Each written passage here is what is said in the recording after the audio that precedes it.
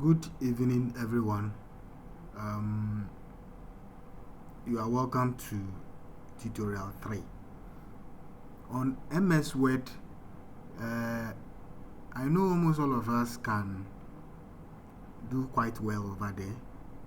You can type your letter, you can write a memo, you can draw a table.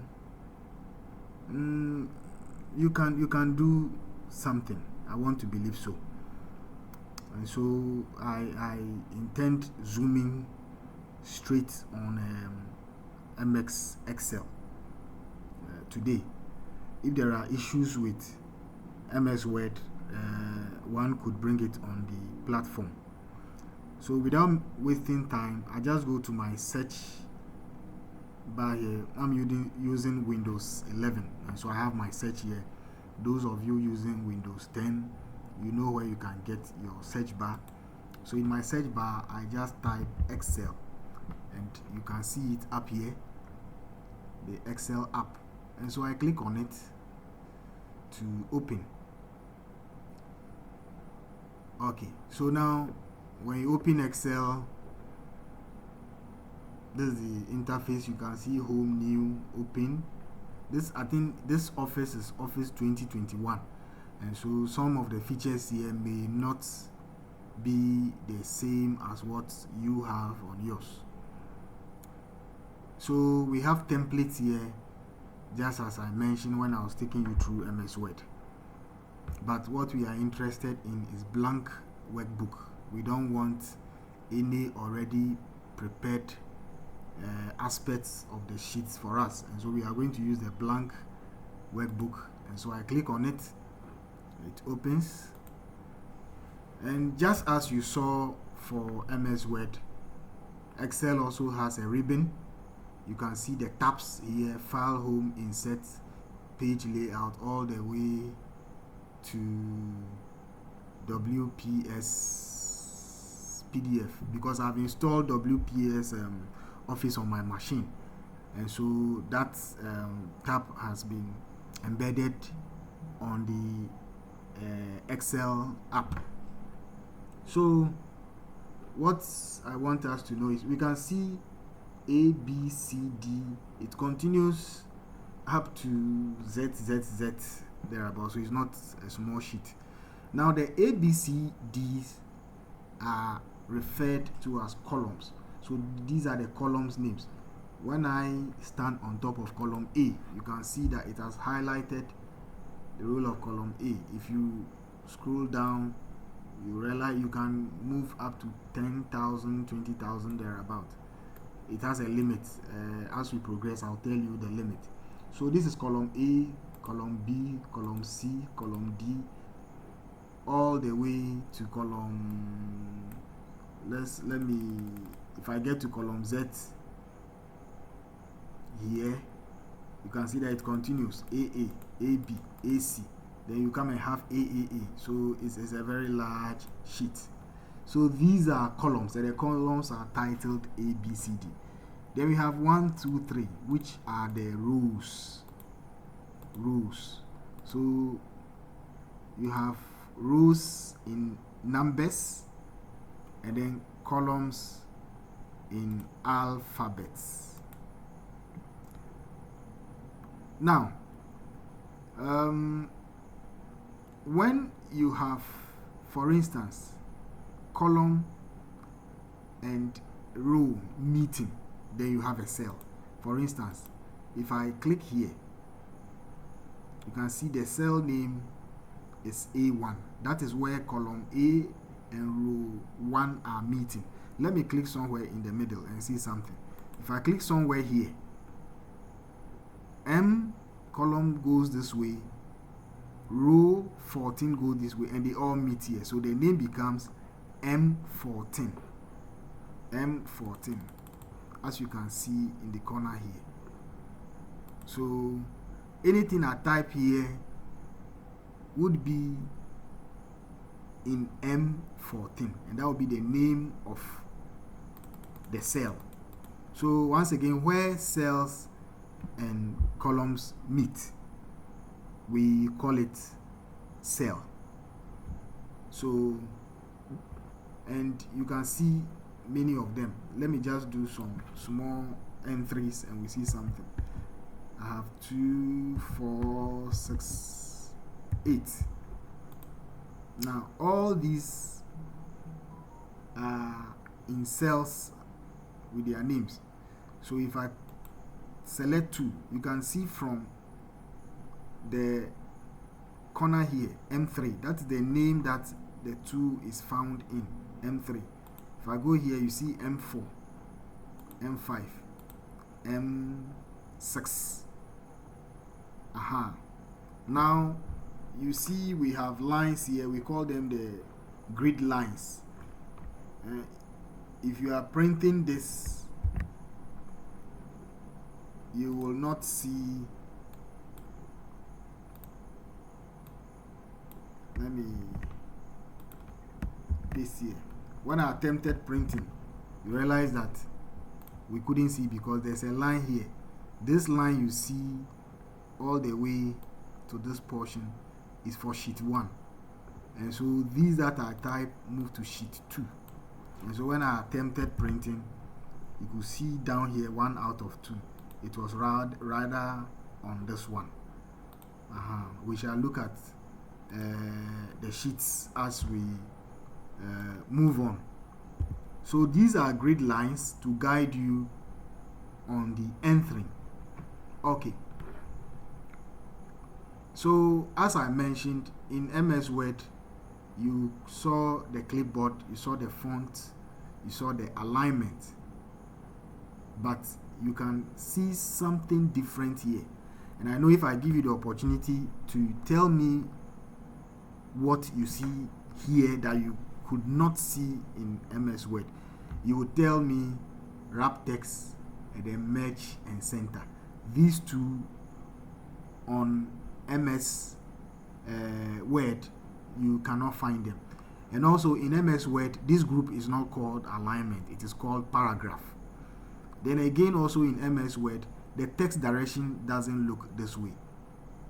Yes, in MS Word, you have either vertical text or you have either horizontal text. You don't have it slanted as angle counterclockwise or angle clockwise. Those ones you could not, or you cannot see them in MS Word. But with the clipboard and the font, yes, you can see them there. Also in MS Word, you don't have number as you see here. And so there are a few things as we move on, you would realize that they can be found on the MS Excel app, but not on the MS Word app. Okay. Now, every cell you see here is calculatory. It means that every cell you see here can perform a calculatory exercise or can do some calculations. And in Excel, you start a calculatory activity or a calculation with an equal sign. So the moment I put equal in any cell, it is ready for you to receive a command to perform a calculation. If I leave it this way and I go to another cell, it gives me the name of the new cell I have gone to, meaning that it is assuming that I want to perform a calculation, and so it's waiting for the command. So in Excel, you don't just type equal to and move away. You must complete the statement. Okay. Now these numbers I have typed here, let me just make them quite bigger digits, maybe 45, 118, 68, 87.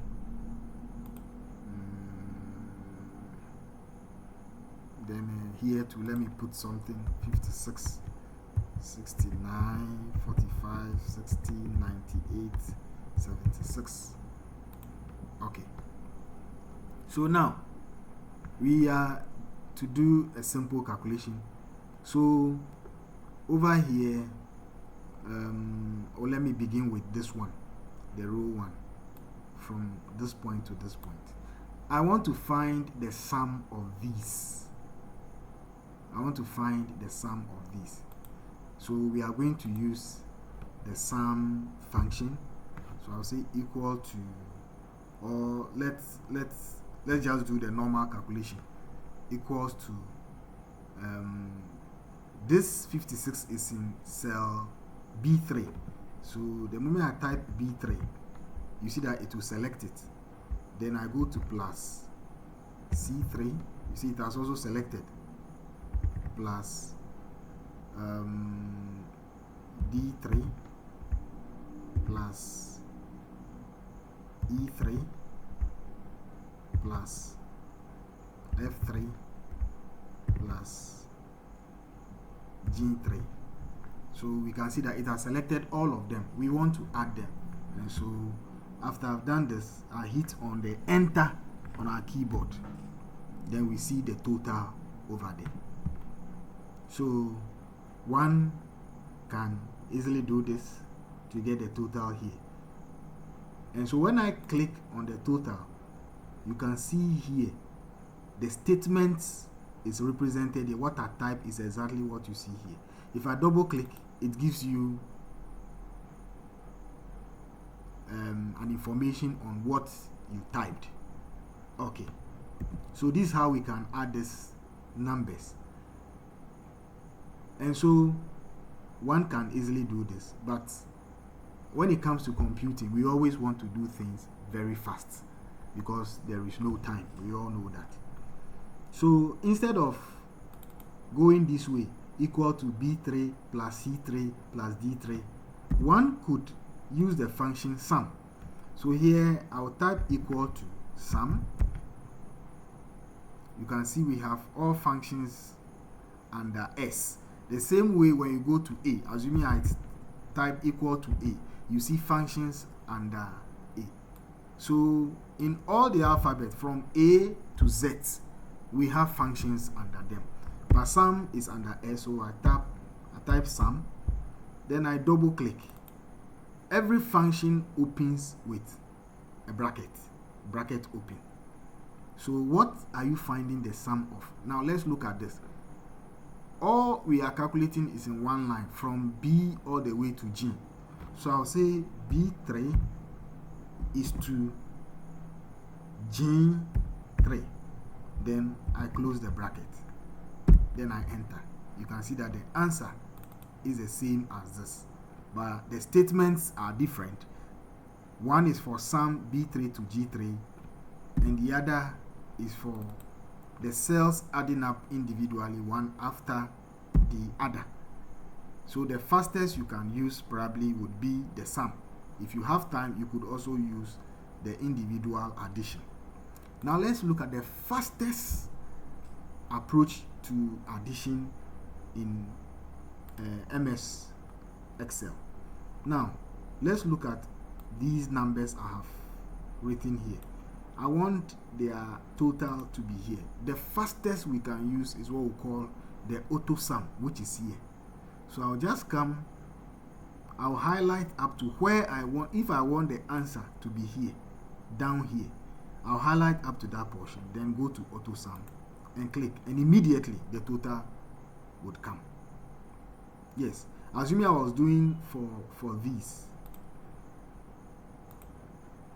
I want the total here. I'll highlight all the way to this portion, then auto sum, and immediately the answer would come.